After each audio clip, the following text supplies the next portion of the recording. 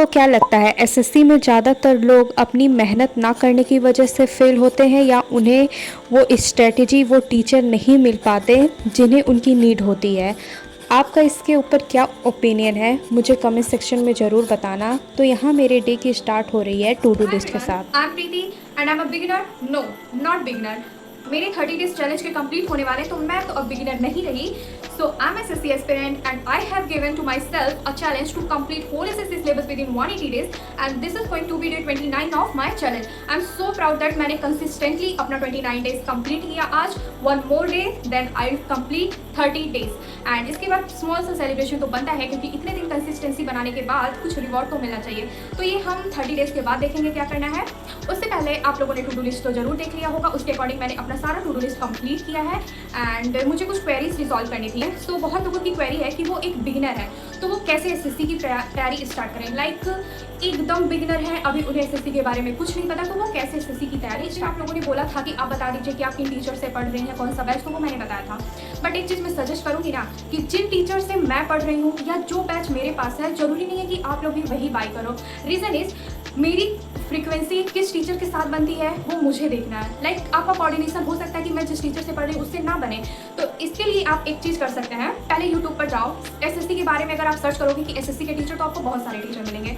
जाके सबका एक एक डेमो पहले आप देखो कि कौन सा टीचर कैसे पढ़ा रहे हैं, क्या आपका कोऑर्डिनेशन उनके साथ बन रहा है कि नहीं बन रहा है। देन जाके उनका कोई एक बैच परचेस करना। और एक चीज़, यूट्यूब से पढ़ाई तो मैं सजेस्ट करूँगी बिल्कुल मत करना। अगर बहुत इंटेलिजेंट हो, सब कुछ ऑलरेडी पहले से आता है, तब आप कर सकते हो। लेकिन अगर आप ये सोच रहे हो कि अभी बिगिनर हो और तुरंत यूट्यूब से पढ़ाई स्टार्ट कर देना, तो बिल्कुल मत करना। क्योंकि मैं कुछ दिन पहले पता है मैं अल्फ़ाबेट टेस्ट का मैं सोची कि यूट्यूब से कर लेती हूँ, क्या ही बहुत ज़्यादा उसमें है। जब मैंने उसको किया ना, इसके बाद मैं चेक की कि एक बार अपना बैच का देखती हूँ कि कैसे क्या है, लाइक सर क्या पढ़ाए, क्या सेम पढ़ाए।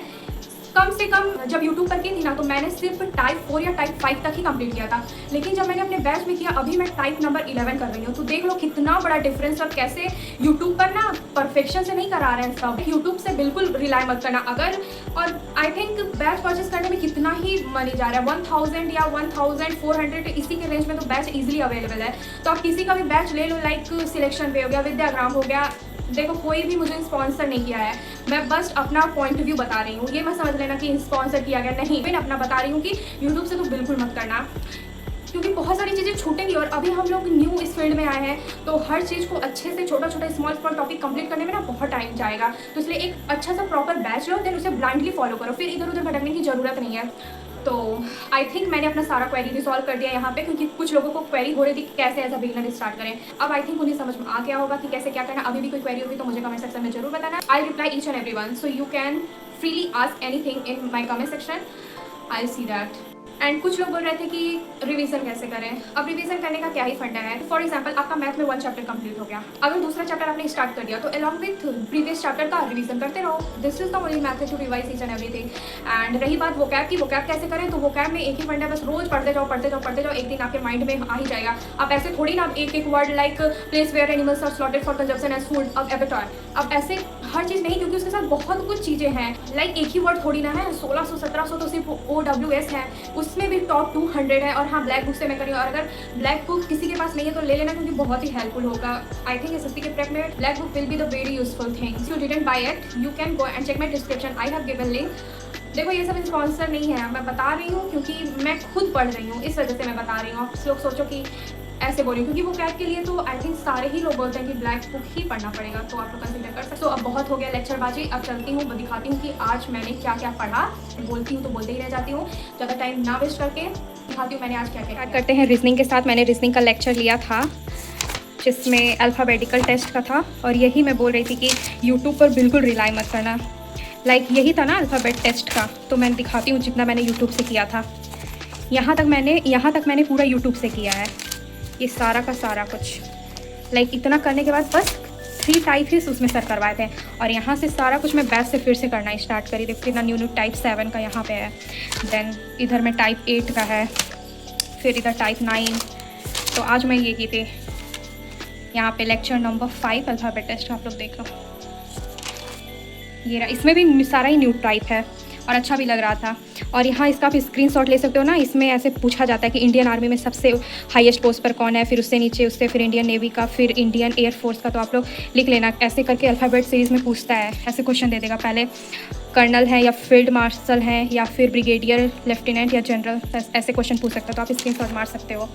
फिर ये सब भी है, इसका भी स्क्रीनशॉट मारना चाहो तो आप लोग मार लेना। वैसे तो मैं ग्रुप में सेंड करूँगी ये सब, थोड़ा वर्क वगैरह यहाँ घर पे ख़त्म हो जाए। तो ये रहा मेरा रीजनिंग का डन भी मैंने किया था।